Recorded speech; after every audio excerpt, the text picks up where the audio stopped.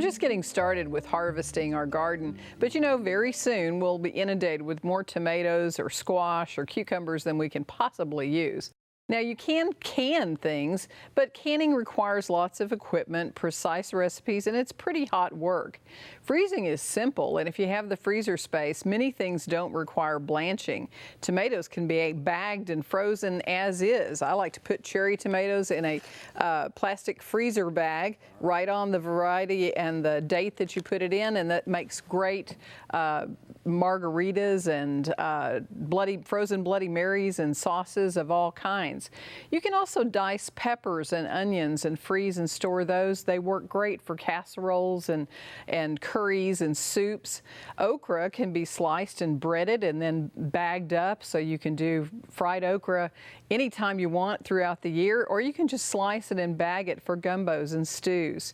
Green beans, peas, and corn also freeze very well.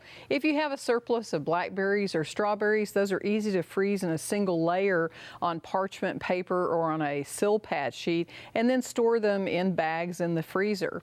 For blanching, you'll need to put things in boiling water for 2 to 3 minutes, and that's done for most greens and broccoli because it destroys the enzymes that cause food to spoil. Then you'll immediately put those items in an ice water bath to cool them down quickly and drain them well. That helps to keep the color of the food. Make sure you date and label the containers. I like to use my P-Touch labeler because it works really well even in the freezer, and I don't write on my containers and make them look messy. I like to get all of the air out of the bags and press them as flat as possible. That way I can stack more in the freezer.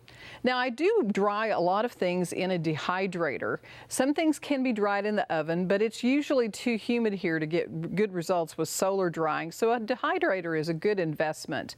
Some foods will need to be treated with a saltwater dip or an ascorbic acid dip, which is a type of vitamin C, or even fruit juice before drying to preserve their flavor and color. But it's a terrific way to dry herbs to make teas throughout the year. Spread them in thin layers. Most of these don't come with their own timer, so I plug my dryer into a timer just to make it easier. You can get different trays for drying food. This solid tray works really well if you want to make your own fruit roll-ups or fruit leather, and then the finer trays are great for drying herbs because they won't fall through.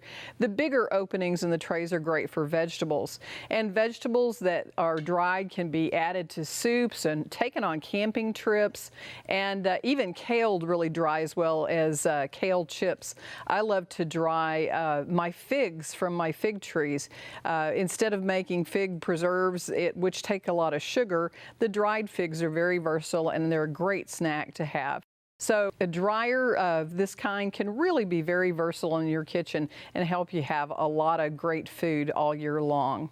For Backyard Basics, I'm Trisha Shirey. Thanks for watching.